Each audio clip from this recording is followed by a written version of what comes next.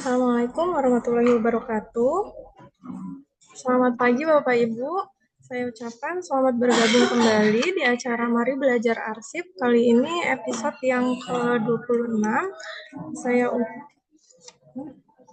Saya ucapkan selamat bergabung pada Bapak Einstein Al-Makarimah Muhammad, STMT MSc, selaku Kepala Bagian Organisasi dan Tata Laksana, yang mana juga pada sesi kali ini sebagai pemateri yang akan membawakan materi kali ini. Dan juga selamat bergabung Ibu Lucy Komalasari, SSIT MAP, selaku Kepala Bagian Tata Naskah dan Kearsipan, Ibu Wahyuning Tias Kusuma Dewi, SSI, selaku Kepala Subbagian Kearsipan, dan Ibu Endah Sukarni Wuryaningrum, SOS MTR AP, selaku Kepala Subbagian Tata Persuratan. Pada kesempatan kali ini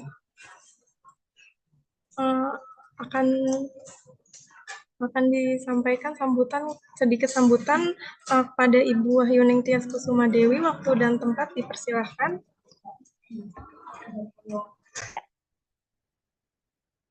Assalamualaikum warahmatullahi wabarakatuh. Terima kasih Mbak Farida. Bapak Ibu sekalian, selamat pagi.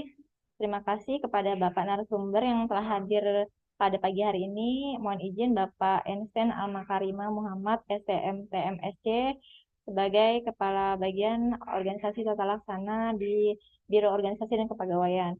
Selamat pagi juga saya ucapkan kepada Bapak Ibu sekalian, para peserta mabar di episode 26 kali ini yang berbahagia dengan tema yang akan disampaikan oleh Bapak Kabak ini terkait dengan analisis jabatan fungsional arsiparis di lingkungan Kementerian atau BPN.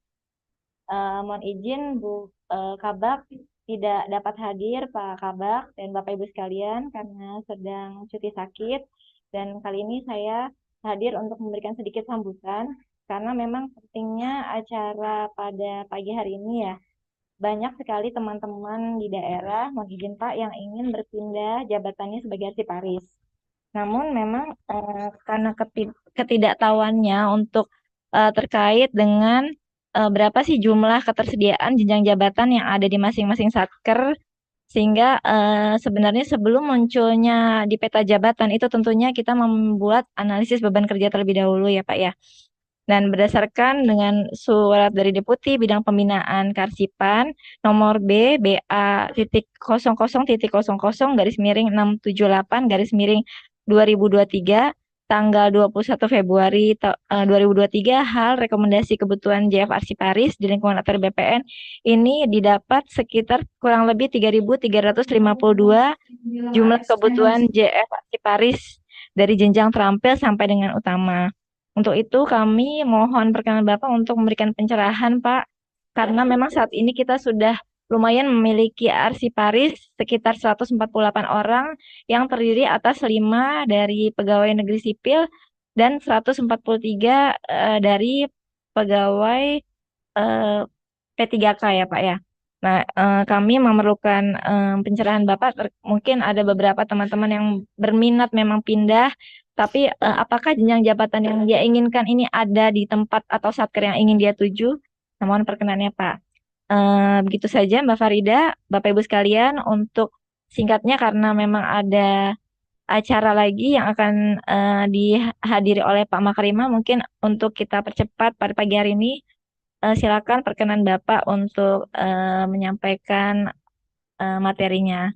Terima kasih Mbak Farida. Mohon maaf Bapak Ibu jika ada yang kurang berkenan. Billahi taufik walhidayah. Wassalamualaikum warahmatullahi wabarakatuh.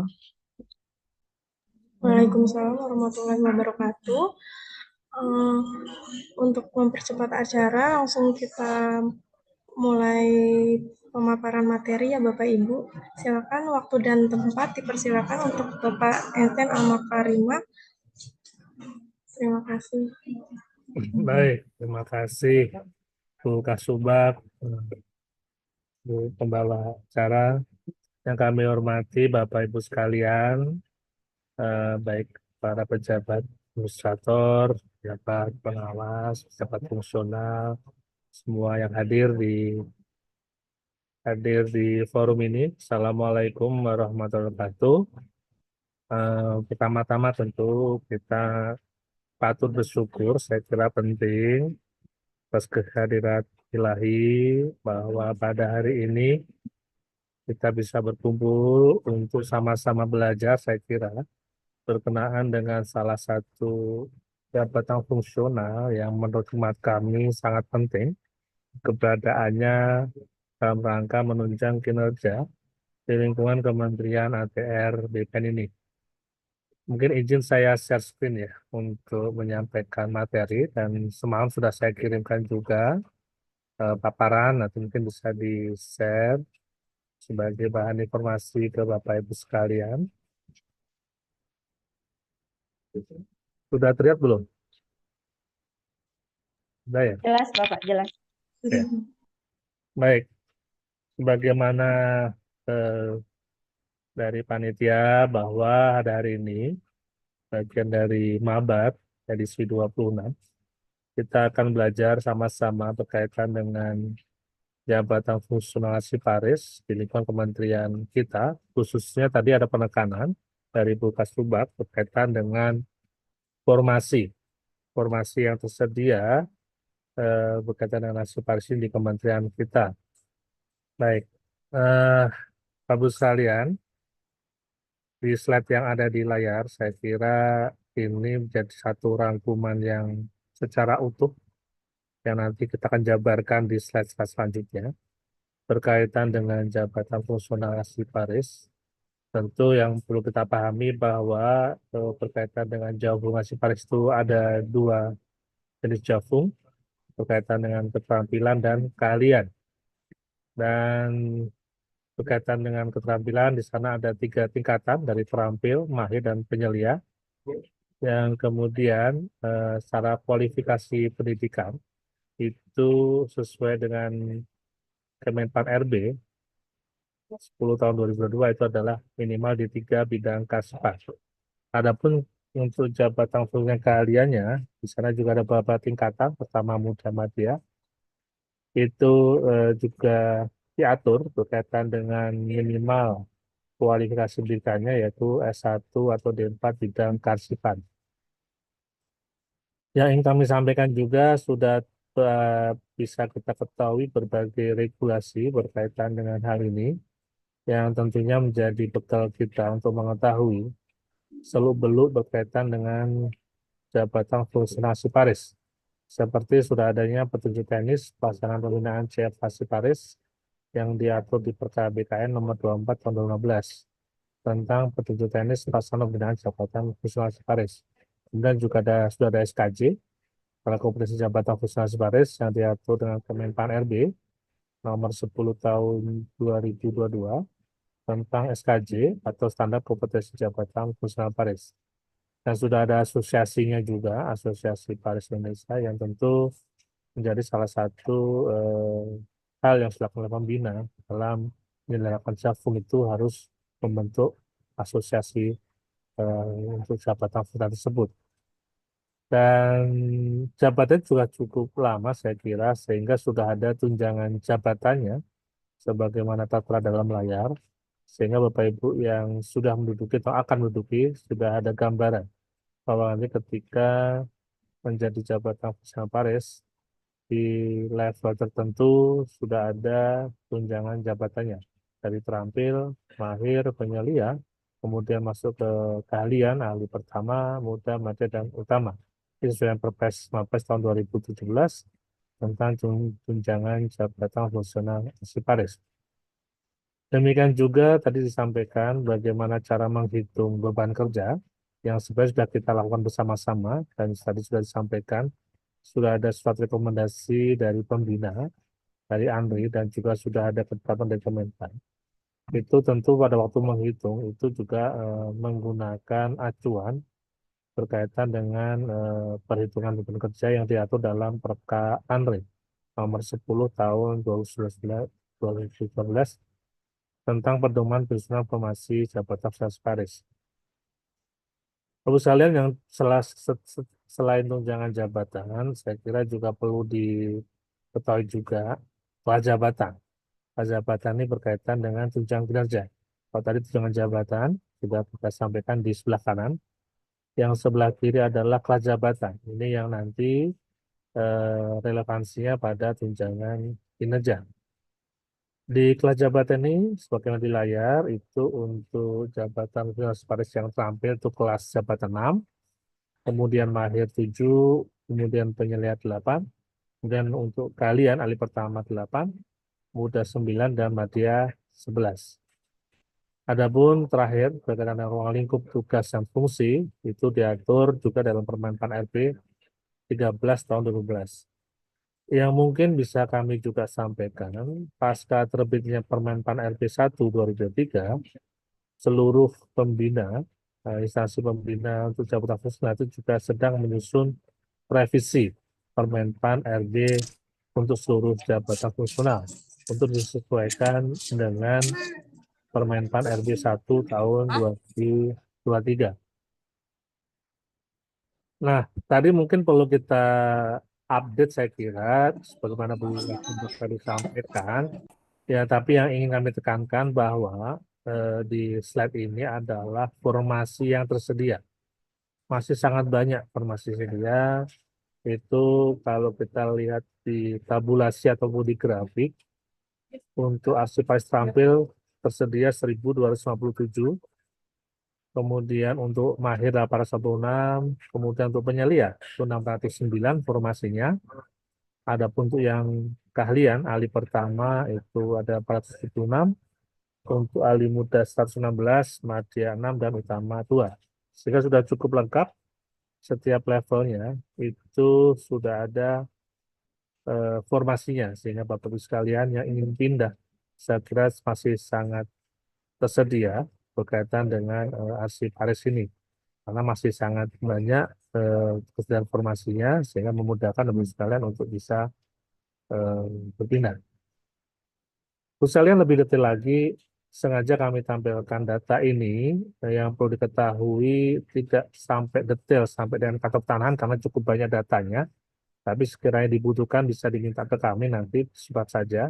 Setidaknya memberikan gambaran formasi yang tersedia untuk menjadi Jafung Arsiparis, baik di tampil, mahir, penyelia, pertama, muda, madya maupun yang utama. Di layar kita tampilkan beberapa data, khususnya berkaitan dengan Jafung ini. Yang pertama di lingkungan kesekjenan, itu dapat kita pastikan untuk yang Jafung utama Arsiparis hanya ada di pusat itu seksinya, nanti tentu di biro umum. Demikian juga seterusnya. Dan Bapak Ibu yang di daerah bisa dipastikan juga untuk di setiap provinsinya. Jadi ini adalah agregat setiap provinsi, bukan berarti di kami semua ya. Sebagai contoh di nomor 10 itu ada formasi untuk Jafung Arsiparis di lingkungan Kanwil WPN Polisi Aceh. Ini tidak berarti hanya di Kanwil, tetapi merupakan akumulasi dari seluruh provinsi, meliputi berbagai kanta yang ada di Provinsi Aceh. Itu totalnya untuk terampil ada 50, kemudian untuk mahir ada 32, untuk penyelia 23, untuk kemudian pertama 16, untuk muda ada 1. Nah, nanti Bapak sekalian bisa sekiranya nanti dari Bapak Ibu Kanwil untuk meminta data breakdown. Terus setiap kantor tanya akan kita sediakan, silahkan berserat saja. Karena ini kami tampilkan di sini cukup banyak sehingga kami tampilkan untuk agregat saja di setiap provinsinya yang sebenarnya meliputi seluruh kantor tangan yang ada. Yang dipastikan tentu untuk Jafung Terampil itu ada di setiap kantor pertanahan, sehingga Bapak Ibu yang ingin berpindah ke Terampil saya kira tidak ada permasalahan. Tentu yang perlu diperhatikan adalah kualitas pendidikan dan kompetensi yang dimilikinya. Ini adalah sebaran data-data formasi yang bisa menjadi acuan ketika nanti ingin berpindah menjadi jabatan fungsional sekretaris.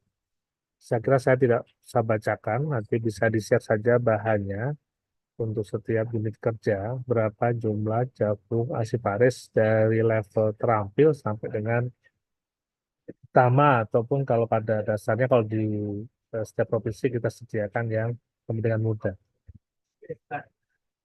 Ini setiap provinsi sudah kami distribusikan untuk berkaitan dengan formasi, bisa menjadi acuan di seluruh provinsi yang ada.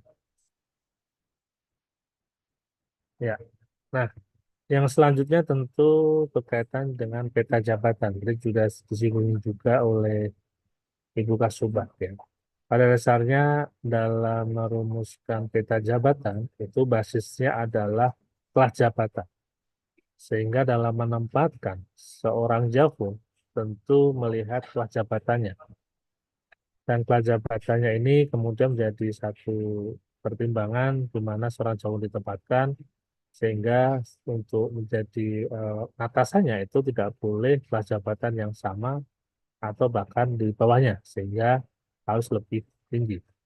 Dalam layar ini dapat kita coba lihat bahwa sebagai misalnya seorang Jafung Asiparis Alimad ya, yang kelas jabatannya 11 gitu ya, itu bisa di bawah kantor kepala kantor wilayah yang kelas jabatannya 15. Demikian juga yang muda itu di bawah kepala kabak atau usaha yang kelas jabatannya di sana 12 gitu ya, bisa demikian juga seterusnya. Nah, termasuk di kantor tanahan. Di bawah Bapak Kepala Kantor Kantor Tanahan itu kita tempatkan untuk Jafung Asiparis Salim Muda. Demikian juga di bawah Kepala Subbag Tata Usaha. Ini semua kita petakan, peta jabatan ini yang pada prinsipnya berbasis kelas jabatan. Tidak boleh menempatkan Jafung misalnya Jafung yang mempunyai kelas jabatan yang lebih tinggi dibanding kepala Subbag TU, itu tidak boleh, sehingga tetap harusnya di bawah karena ada fungsi koordinasi di sana. Prinsipnya demikian. Nah, kemudian saya kira secara singkat berkaitan dengan analisis jabatan, ANJAP ya. Jadi juga menjadi bahan yang menjadi pembelajaran kita bersama berkaitan dengan ANJAP atau jabatan ini definisinya adalah suatu proses pengumpulan, pencatatan, pengolahan, dan penyusunan data jabatan menjadi informasi jabatan. Tentu tujuan untuk analisis jabatan adalah satu, untuk memulai informasi tentang karakteristik pekerjaan dari penjabaran tugas fungsi, unit tugas atau unit kerja sebagai dasar pelaksanaan tugas, pembentukan jabatan struktural fungsional dan penyusunan tata laksananya. Kemudian tujuan kedua adalah untuk menghasilkan peta jabatan. Sebagaimana sebenarnya sudah kita coba sampaikan peta jabatannya sebagai dasar penataan SDM aparatur. Kemudian yang ketiga, itu untuk menghasilkan materi dalam pelaksanaan evaluasi jabatan sebagai dasar mendapatkan kelas jabatan. Sehingga ANJAP ini menjadi referensi untuk pengajuan kelas jabatan di Kemenpan RB. Kemudian juga tujuan yang keempat adalah untuk memperoleh informasi tentang uraian jabatan dan syarat jabatan. Adapun dasar hukum dalam menyusun ANJAP atau jabatan adalah Permenpan RB nomor 1 tahun 2020 tentang analisis jabatan dan analisis beban kerja. Berbagai sumber data yang dibutuhkan dalam menyusun ANJAP itu adalah tentu berkaitan dengan pemegang jabatan, atasan yang bersangkutan, kemudian yang satu level, bawahan, dan juga mantan pemegang jabatan, ahli dan referensi lainnya untuk menguraikan berbagai hal berkaitan dengan analisis jabatan tersebut. Nah, di slide ini ya, Bu sekalian, yang hijau, gambar hijau di paling atas, itu merupakan tahapan ideal atau tahapan yang seharusnya dilakukan, yang secara berurutan harusnya kita lakukan secara bertahap sehingga akan menjadikan satu hasil yang maksimal dan tentu menjadi proses yang harmonis.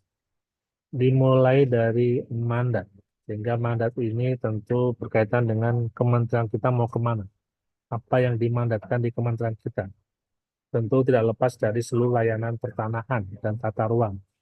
Kemudian dari mandat ini kemudian dibentuklah desain organisasi. Kita akan mendesain seperti apa organisasi, kemudian muncul struktur, dan kemudian tidak kalah penting proses bisnis. Dari proses bisnis struktur inilah kemudian kita lakukan jabatan.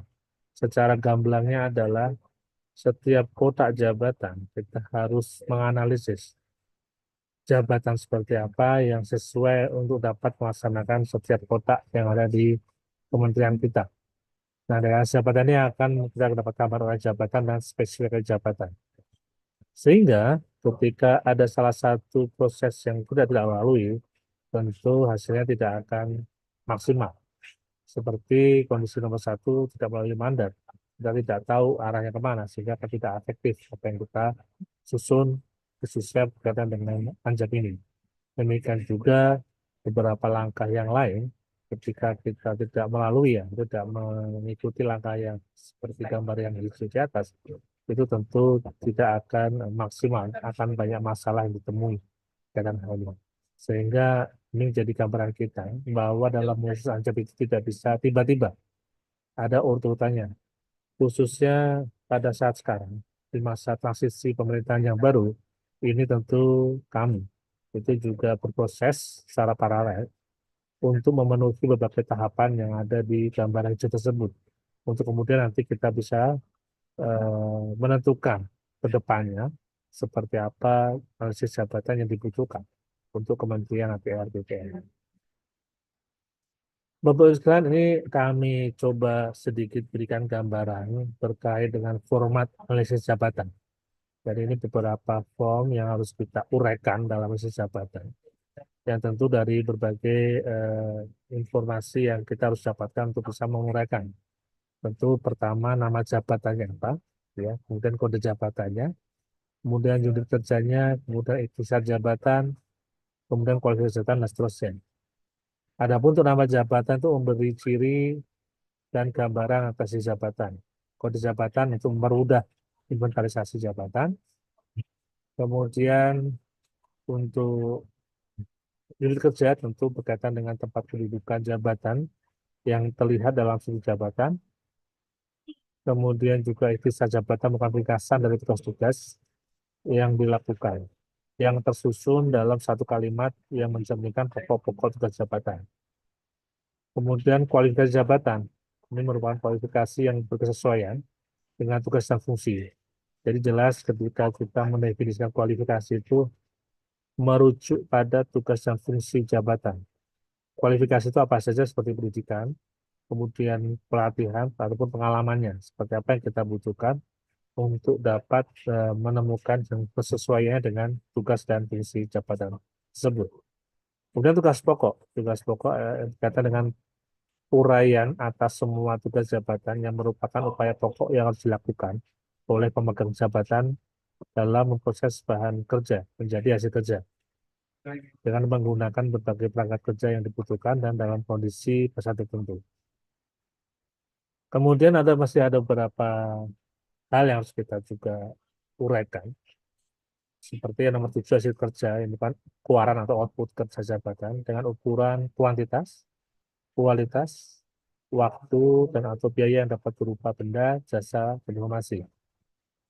Kemudian juga ada bahan kerja. Ini merupakan kebutuhan kita input kerja atau masukan yang diperlukan pemegang jabatan untuk meraih hasil kerja berupa benda, jasa, ataupun informasi.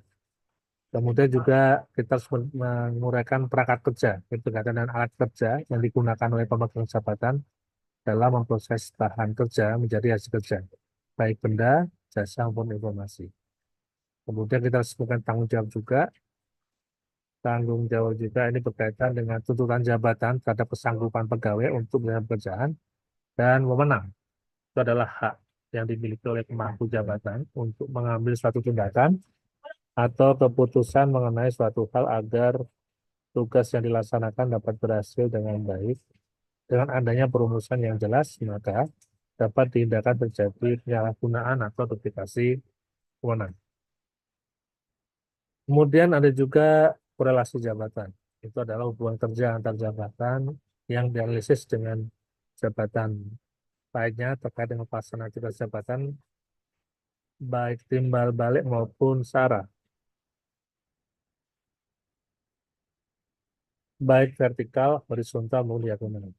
Kemudian juga ada kondisi lingkungan kerja yang kita suka uraikan juga, yaitu berkaitan dengan keadaan tempat jabatan tersebut untuk melaksanakan tugas meliputi aspek lokasi kerja, suhu, udara, luas ruangan, letak, penerangan, suara, keadaan tempat kerja masuk getarannya. Kemudian harus kita uraikan juga resiko bahaya berkaitan dengan potensi kejadian atau keadaan yang dapat membahayakan keselamatan atau kesehatan secara fisik atau kejiwaan pegawai ketika melaksanakan tugas jabatan, di mana bahaya tersebut dapat disebabkan karena bahan kerja yang diproses ataupun perangkat kerja yang digunakan dalam bekerja, proses kerja, hasil kerja, atau karena keadaan tempat kerja. Kemudian nomor 15 ada syarat jabatan, yaitu syarat minimal yang harus dimiliki pegawai untuk menduduki jabatan, seperti keterampilan kerja, bakat kerja, kemudian temperamen kerja, minat kerja, upaya fisik, kondisi fisik, fungsi pekerjaan. Kemudian juga ada prestasi kerja yang diharapkan tentunya, bernilai baik dan sangat baik sesuai dengan regulasi yang ada atau peraturan perundang-undangan. Kemudian kelas jabatan, ini juga informasi harus muncul, tingkatan pangkat jabatan sesuai dengan bobot jabatan tanggung jawab yang telah ditetapkan oleh peraturan perundangan. Baik, sekalian kita coba dari form template tadi untuk kita coba uraikan sebagai salah satu contoh saja. Nanti kami juga akan share satu link yang lebih lengkap berkaitan dengan jabatan untuk semua levelnya. Dan ini hanya satu contoh saja yang kita coba uraikan isi jabatannya berkaitan dengan jabatan komisaris ahli pertama. Ya, tentu nama jabatan komisaris pertama, kemudian divisi kerjanya ini kebetulan di kantor wilayah pada pertanahan, kemudian di bawahnya ada administratornya kepala bagian tata usaha, kemudian pengawasnya Kasubag Umum dan Hubungan Masyarakat, kemudian kita uraikan ikhtisar jabatan. Berkaitan dengan jabatan fungsionaris adalah jabatan fungsional dengan kualifikasi profesional yang pelaksanaan fungsi tugasnya serta kewenangannya mensyaratkan penguasaan pengetahuan teknologi di bidang kearsipan pada tingkat dasar atau basic dalam melakukan kegiatan pengolahan arsip dinamis, pengolahan arsip statis, pembinaan dan pengolahan dan penyajian informasi. Kemudian kita juga ada kan kualifikasi pendidikan yang dibutuhkan untuk ahli pertama. Pendidikan formal paling rendah D4 atau S1, yaitu bidang kearsipan atau bidang ilmu lain yang ditentukan oleh instansi pembina. Dalam hal ini adalah ANRI. Kemudian kita juga menguraikan kualitas pendidikan berkaitan dengan diklatnya, pendidikan dan pelatihannya. Yang pertama, manajerial, itu sesuai dengan kebutuhan jabatan. Kita tahu kita selalu atau beberapa kesempatan untuk melakukan yaitu ujikom atau penkom. Pada perspektif manajerial, kita akan dihadapkan pada berbagai hal yang berkaitan dengan masosku, akses sosial kultural. Tidak hanya manajerial, juga secara teknis. Itu harus kita pastikan sebagai seorang Javu ngasih paling pertama, itu saat menguasai pengolahan arsip dinamis, pengolahan statis, pelatihan teknis sesuai dengan kebutuhan jabatan. Dan secara fungsional, itu ada beberapa pelatihan yang perlu diikuti, pelatihan fungsional arsip pas kategori keahlian, pelatihan penjenjangan jabatan komisaris, kemudian tentu ini berkaitan dengan kebutuhan yang dibutuhkan organisasi. Nah, tentu ini teman-teman di Biro Umum yang jauh lebih tahu secara substansi kita coba menjabarkan dalam proses jabatan yang kemudian akan menjadi satu acuan bersama ketika seseorang akan berpindah jadi jabatan fungsionaris, semua aspek ini menjadi perhatian. Apakah memang comply atau sesuai dengan kriteria ataupun aspek yang telah ditentukan dalam proses jabatan.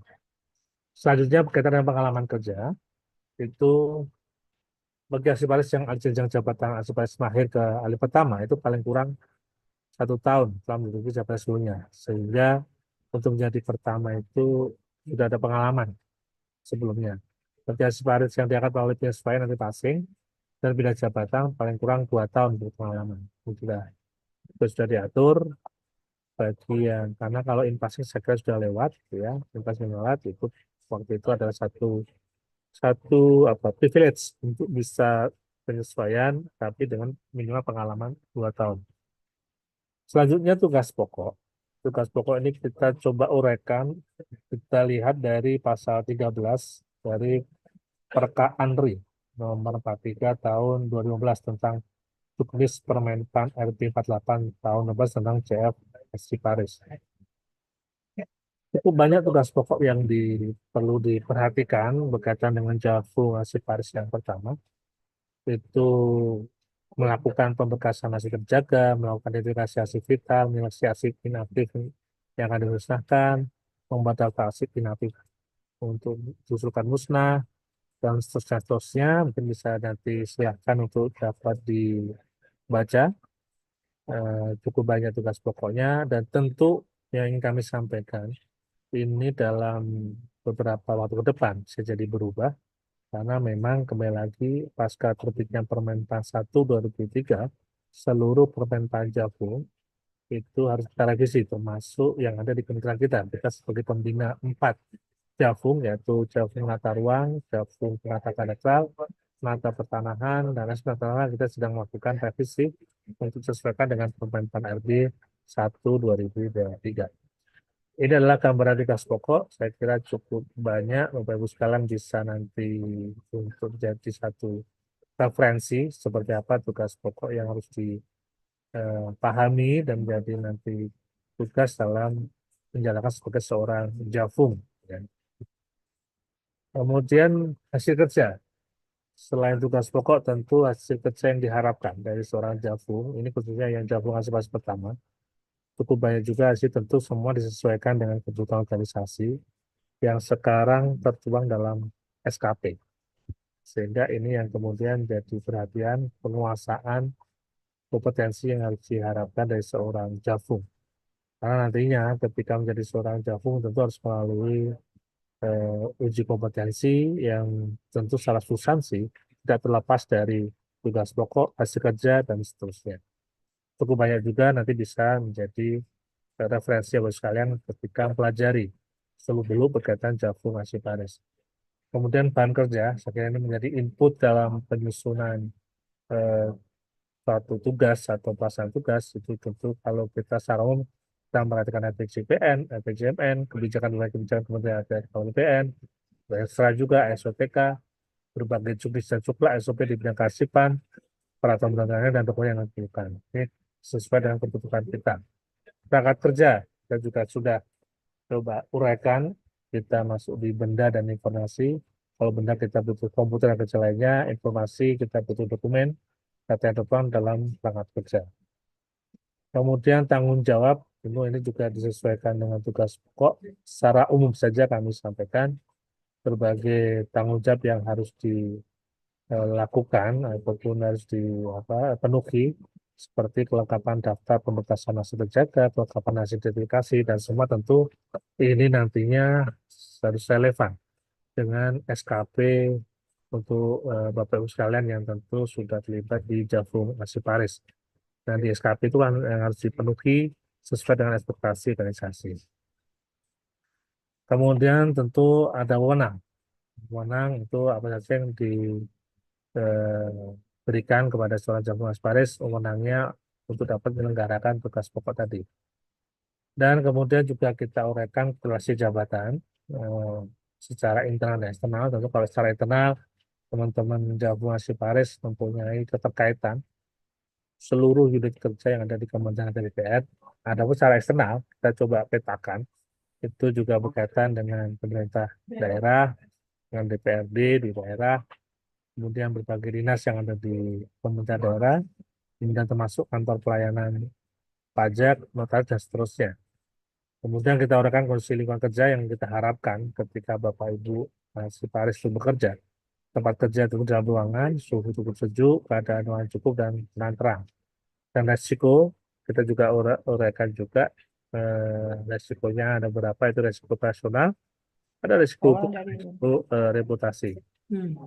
Kemudian syarat jabatan, nah ini yang perlu menjadi perhatian, karena syarat jabatan inilah yang kemudian menjadi satu filter apakah kemudian Bapak Ibu bisa berpindah menjadi jago asli Paris dari sisi keterampilan kerja, kemudian bakat kerja, kemudian temperamen kerja, ini semua nanti tentu melalui uji kom, baik potensi maupun potensi yang bisa memetakan atau memotret hal tersebut, masuk minat kerja, umumnya fisik, kondisi fisik, dan seterusnya. Hal-hal yang tidak perlu tentu kita akan lewatkan, tapi yang mempunyai relevansi yang kuat terhadap pelaksanaan tugas pokok seorang jagung itu perlu kita uraikan.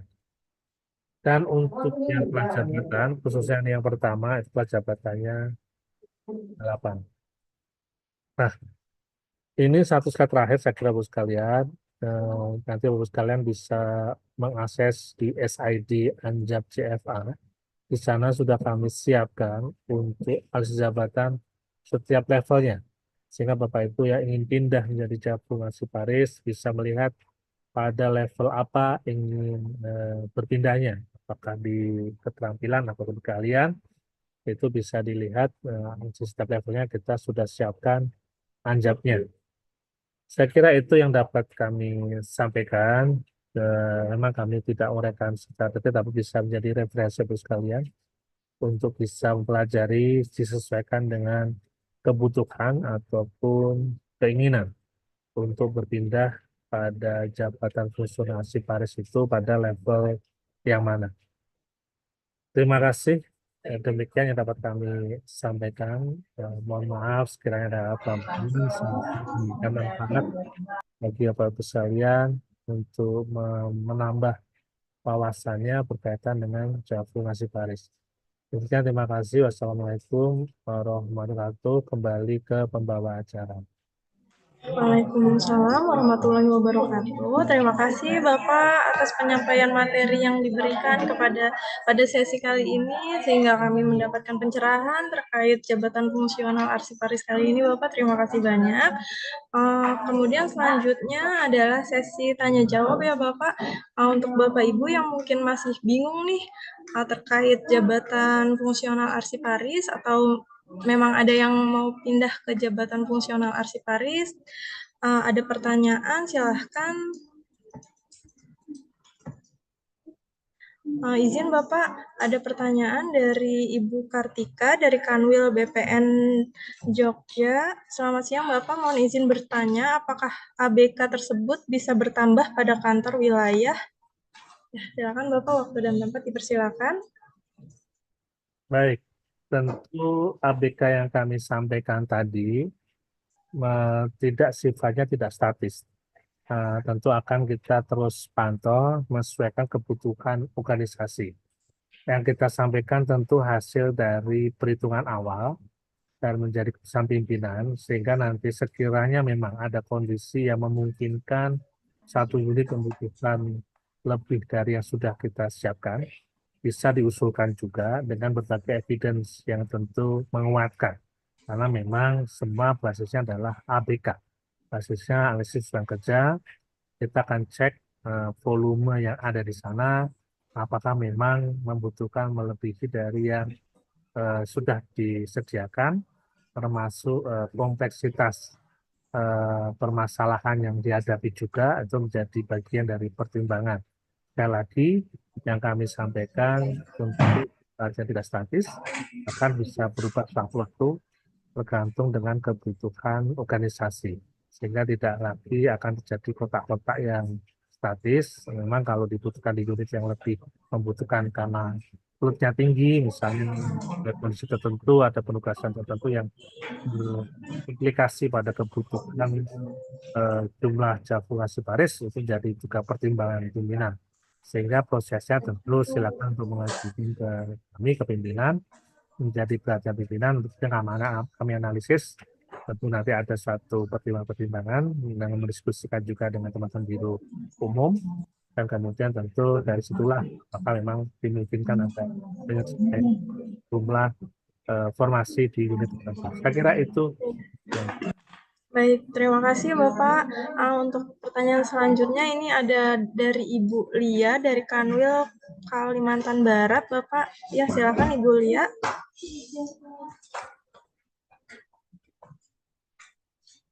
Assalamualaikum, terima kasih. Waalaikumsalam. Nanti Mbak Enci dan saya ingin bertanya. Saya tadi mendengarkan penjelasan Bapak. suaranya kecil ya, maaf ya. Nanti dengerin. Bapak, apakah suara saya bisa didengar jelas? Ya, lumayan. Mohon maaf. Nah, saya ingin bertanya begini, Pak. Saya ini kebetulan baru invasing. Jadi sebelumnya dulu saya struktural, kemudian invasing, lalu kemudian belum menjadi muda. Sebelumnya saya kepala seksi dan sekarang saya memilih menjadi JF.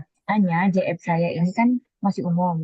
Nah, tadi saya lihat sepintas ada formasi untuk arsiparis di setiap kanwil itu sepertinya minimal 1. Nah, yang perlu saya tanyakan, karena tadi saya dengar ini kan butuh pengalaman supaya udah setahun atau 2 tahun. Sementara saya kan berasal dari invasing. Kemudian saya juga melihat beberapa resiko yang mungkin terjadi, ada 3 resiko tadi. Karena ini terkait dengan pengamanan warga, saya mohon dikasih gambaran Pak, resiko apa saja yang mungkin dialami seorang arsiparis. Demikian Bapak, terima kasih. Mungkin bisa menangkap. Iya. Sama-sama. Ya, izin Bapak saya rangkum yang pada intinya ini Ibu Lia menanyakan apakah harus memiliki pengalaman untuk terkait jabatan fungsional arsiparis ini. Jika berasal dari invasing itu bagaimana Pak? Nah, lalu resiko apa saja yang mungkin terjadi pada jabatan fungsional ini? Seperti itu ya Bu. Ya, betul sekali. Bisa merespon. Tidak hanya arsiparis Bu, setiap jabatan fungsional itu memerlukan pengalaman. Karena kita menjadi satu keahlian ketika itu kan membutuhkan pengalaman sebagai bagian dari kompetensi. Bisa jadi sebelumnya sudah membantu atau terlibat dalam tim kaitan dengan pelaksanaan presentasipan. Itu bagian dari pengalaman gitu ya. Nah, ini yang kemudian eviden-eviden itu biasanya berbentuk portofolio. Yang kemudian ketika ingin dipindah itu diajukan untuk kemudian nanti tentunya dari instansi pembina lah yang kemudian menilai. Jadi ada dari ANRI sebenarnya pembinanya. ANRI yang menilai apakah pengalaman itu cukup untuk kemudian bisa mengikuti uji kompetensi. Dan pelaksanaan uji kompetensi tersebut dari pembina juga, dari ANRI. Nah, tentu ini perlu kejelian kita ya, untuk bisa memverifikasi berbagai pengalaman kita yang dengan kearsipan. Kita maksimal saja mencari yang kemudian bisa kita jadikan pengalaman atau kita ajukan kalau memang kamu ingin berpindah menjadi Javung Arsiparis.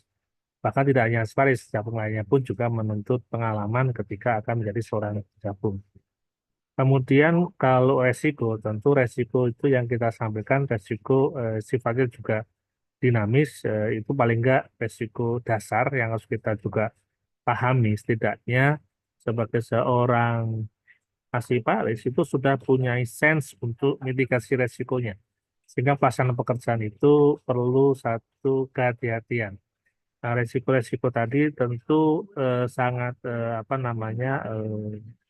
tergantung pada kondisi tugas dan tempat kerjanya. Karena memang berkaitan dengan warkah ataupun dengan asing yang harus kita kelola. Bahkan ke depan itu karena orientasi kita layanan digital, itu juga arahan dari pimpinan sudah mulai untuk mencoba mengidentifikasi pelaksanaan nasib digital termasuk risiko-risiko yang harus diantisipasi. Nah, tentunya resiko ini karena memang kita berkaitan dengan layanan pertanahan dan ruang, khususnya pertanahan, ini tentu banyak dokumen-dokumen yang pada akhirnya diperlukan, salah satunya ketika ada kegiatan persidangan dan seterusnya. Itu menjadi satu hal yang perlu diantisipasi. Nah, ini yang kemudian perlu terus diasah dan mungkin sebagai masukan juga di Biro Umum ya untuk kemudian apa ya, membreakdown atau membuat suatu juknis yang lebih relevan untuk sifat kearsipan di lingkungan Kementerian atau BPN. Nah, kalau kemudian bisa didirikan secara lebih jelas di setiap unit kerjanya, tidaknya kita bisa memperhatikan resiko itu. Kalau Bapak Ibu pernah ikut pelatihan mitigasi resiko, saya kira berangkat dari risk registernya gitu ya. Kita bisa identifikasi potensi resiko di setiap unit kerja apa saja yang kemudian bisa kita ambil langkah-langkah mitigasinya.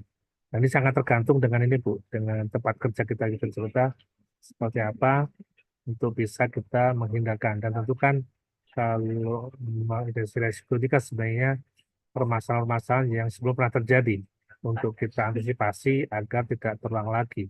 Misalnya masalah penataan nasib yang kurang cepat atau kurang rapi dan seterusnya sehingga ketika dibutuhkan agak kesulitan ini kan, dan kemudian peminjaman dan seterusnya ini kan juga menjadi bagian yang perlu diperhatikan sehingga perlu di beberapa kantor pertanahan juga sudah menerapkan secara pencatatan aplikasi gitu ya sehingga kita bisa identifikasi posisinya di mana apa namanya aset tersebut sedang beredar sehingga kita bisa tahu untuk memantau keberadaan aset tersebut.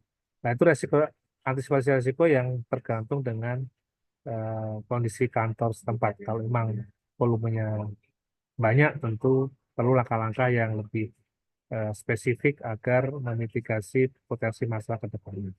Kurang lebihnya itu Bu yang mungkin bisa kami jawab. Terima kasih. Masih di mute kayaknya Bu Farida ya.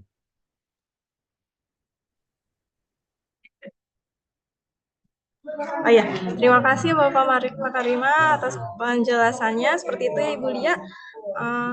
Mohon izin, Ibu Bapak berhubung waktu sudah menunjukkan 10.47 dan Bapak Makarima ada agenda lain, sesi tanya jawab saya cukupkan sampai di sini. Kami ucapkan terima kasih banyak pada Bapak yang telah meluangkan waktunya untuk menjadi narasumber pada sesi mabar kali ini. Kami akan terus berkoordinasi dengan Biro Kepegawaian terkait jabatan fungsional ini ya Bapak. Untuk pertanyaan yang belum bisa terjawab akan kami tampung dan akan kita teruskan di grup kearsipan ya Bapak Ibu. Ya. Terima kasih banyak saya ucapkan kepada Bapak Makarima. Berhubung dikarenakan Bapak ada agenda lain,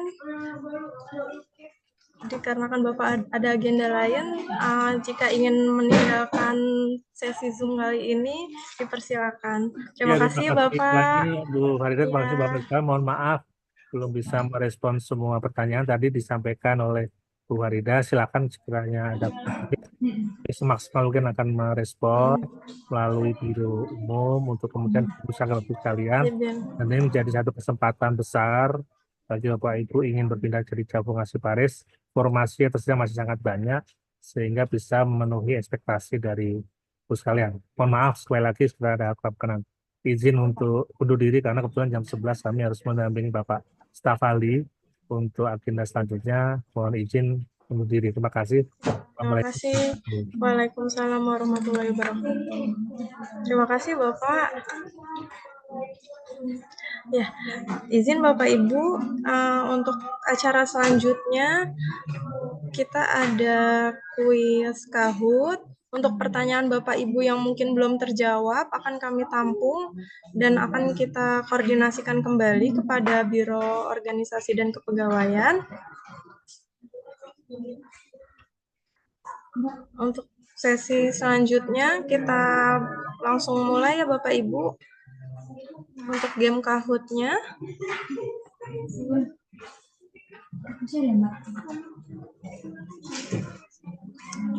Izin Bapak Ibu, izin saya share screen untuk quiz Kahoot-nya.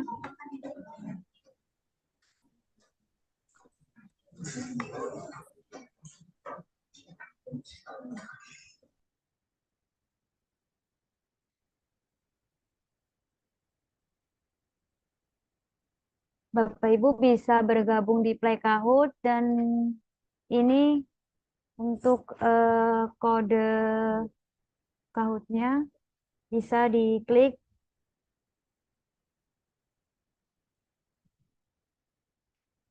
dua enam.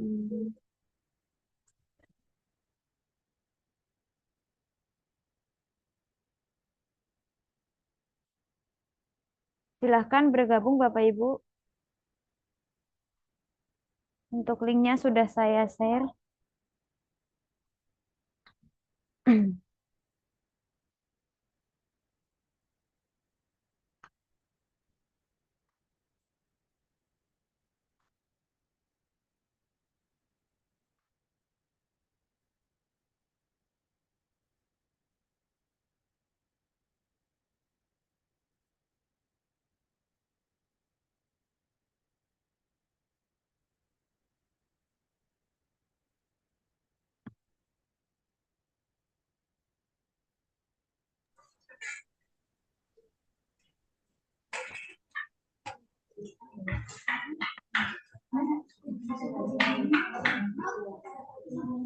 ya Bapak Ibu bisa kita gabung Kahoot Bisa diikuti Kahoot. dengan pin gamenya 2666637. Masih kami tunggu ya Bapak Ibu sampai jam 11. 11. Izin Bapak Ibu mungkin untuk yang belum gabung bisa melalui link yang sudah saya share di kolom chat.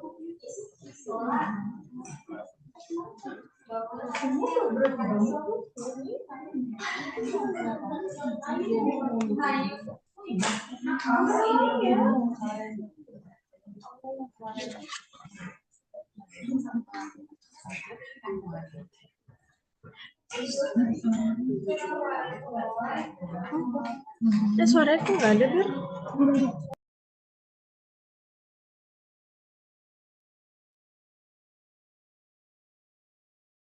Ini aku mute dari tadi udah. Ya. Izin Bapak Ibu, mungkin kalau sudah 150 bisa saya mulai. Ada Mbak? Ada nggak?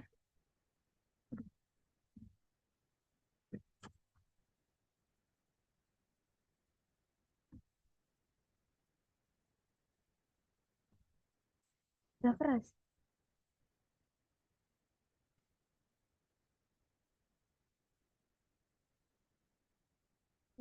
Udah.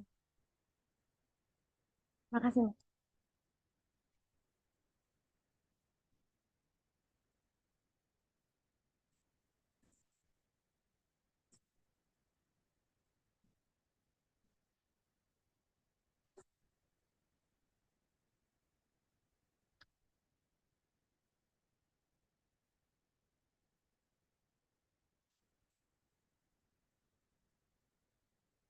Izin Bapak Ibu, bisa saya mulai untuk game Kahoot-nya Bapak Ibu.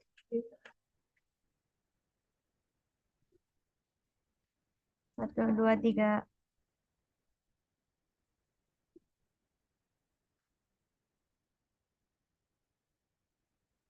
Tiga, dua.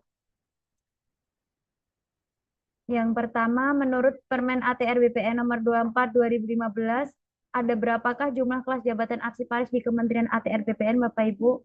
Mungkin bisa diisi tadi dari paparan Bapak Makarima sudah ada.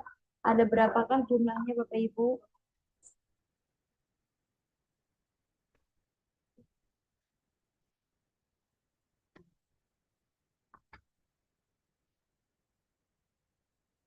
Ya, jawabannya ada 6.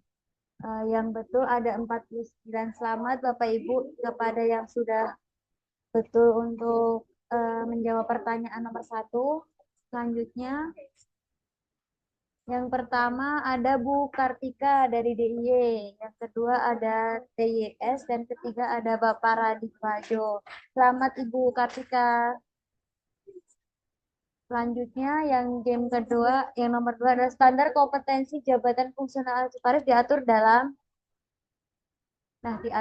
bisa keputusan Pan RB, Perka BKN, keputusan Menteri Pan RB, dan Permen Pan RB. Ini bisa dipilih dari salah satu Bapak Ibu.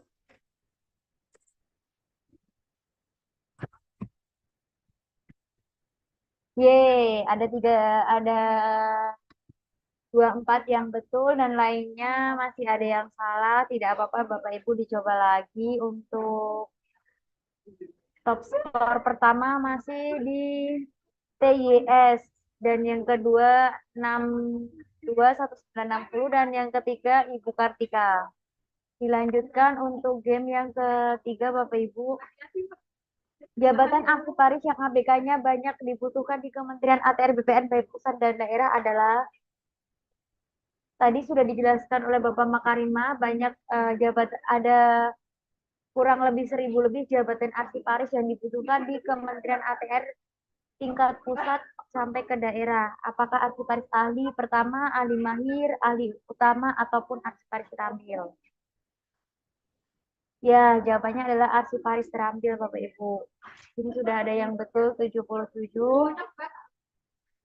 Yang pertama tetap di TYS, yang kedua 621960, dan Kartika DIY. Bu Kartika. Selanjutnya untuk game yang nomor 4. Apakah tugas dan fungsi dari jabatan fungsional arsiparis itu? Yang pertama adalah tugas fungsi pengelolaan pengukuran tanah. Tugas fungsi terkait pengadaan dan rencana gedung. Yang C, tugas fungsi terkait dengan kegiatan dokumentasi dan siaran langsung. Yang D, tugas fungsi terkait tata usaha pengelolaan dan digitalisasi arsip.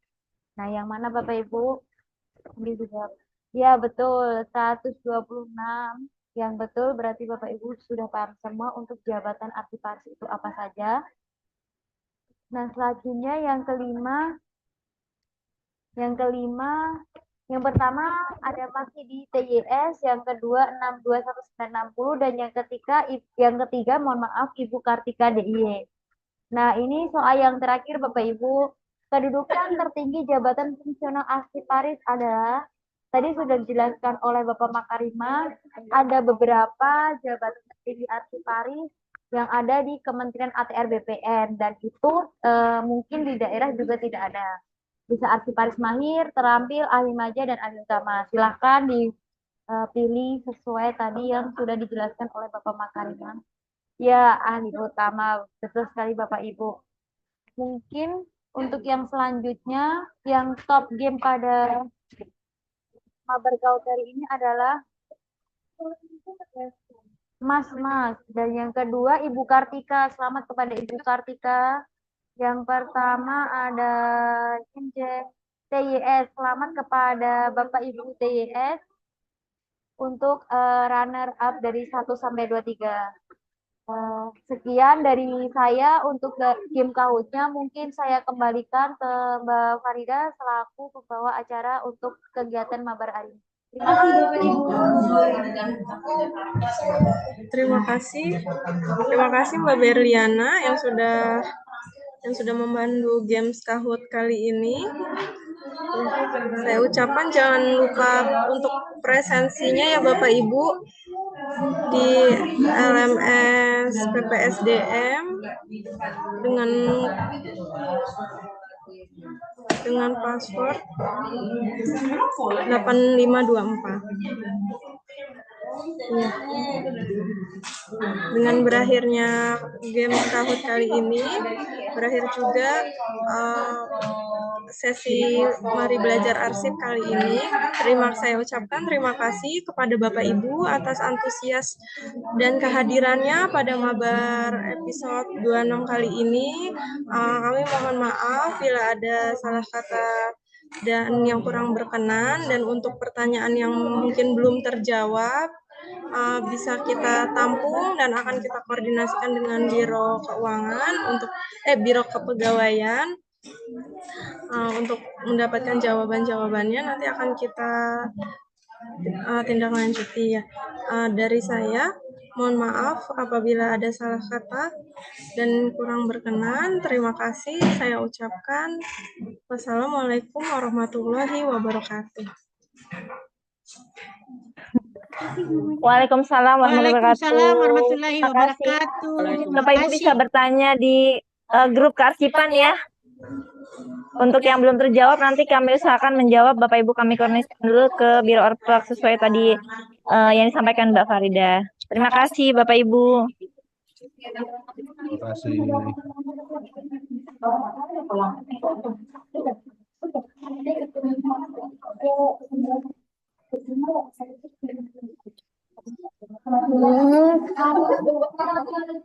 Konsen cepet banget.